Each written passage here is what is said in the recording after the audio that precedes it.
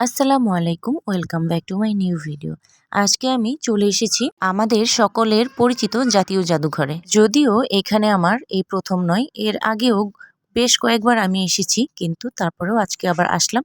বিশেষ একটি কাজে এসেছি, তারপরে ভাবলাম যে সময় যেহেতু হাতে আছে ২-৪ ঘন্টা, তাহলে একটু ঘুরেই যাই। অনেক সময় আমাদের দেখা জিনিসও বারবার দেখতে অনেক বেশি ভালো লাগে, আর বিশেষ করে হচ্ছে জাতীয়, ঐতিহাসিক এই সমস্ত জিনিসগুলো আমাকে অনেক বেশি টানে। তো যাই হোক, আমি কিন্তু এখানে প্রবেশ করে গেলাম। আর প্রবেশ করার শুরুতেই কিন্তু আমি পেয়ে গিয়েছিলাম হচ্ছে সুন্দরবন।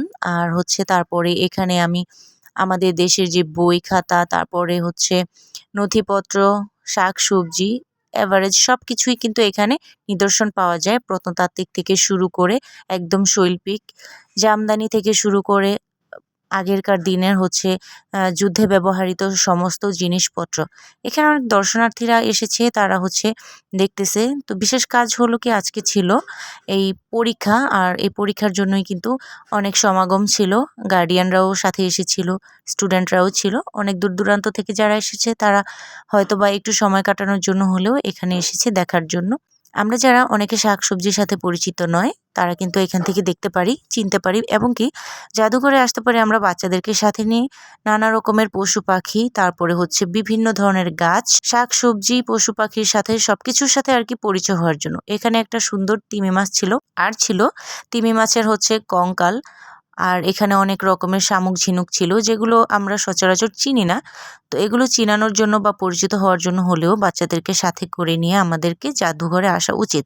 আসলে এখানে এন্ট্রি ফি খুব একটা বেশি নয়, মাত্র 40 টাকা করে এন্ট্রি ফি। আর এই 40 টাকার বিনিময়ে আমরা বাচ্চাদেরকে অনেক কিছু শিখাতে পারি, দেখাতে পারি, এবং কি একটু সময় কাটাতে পারি। ভিতরের কিন্তু পরিবেশটা যথেষ্ট ভালো ছিল, সবাই আসার উপযোগী। আর এখানে আমি বেশ কয়েকবার এসেছি, বললাম না। তো আমি কিন্তু সবকিছুর নাম জানি না।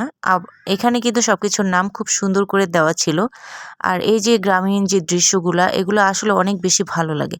পাখির বাসা, নানা ধরনের পাখি, তারপরে হচ্ছে বিভিন্ন সেক্টরগুলো আলাদা করে ভাগ করা ছিল আমাদের চেনার সুবিধার্থে এবং কি জানার সুবিধার্থে।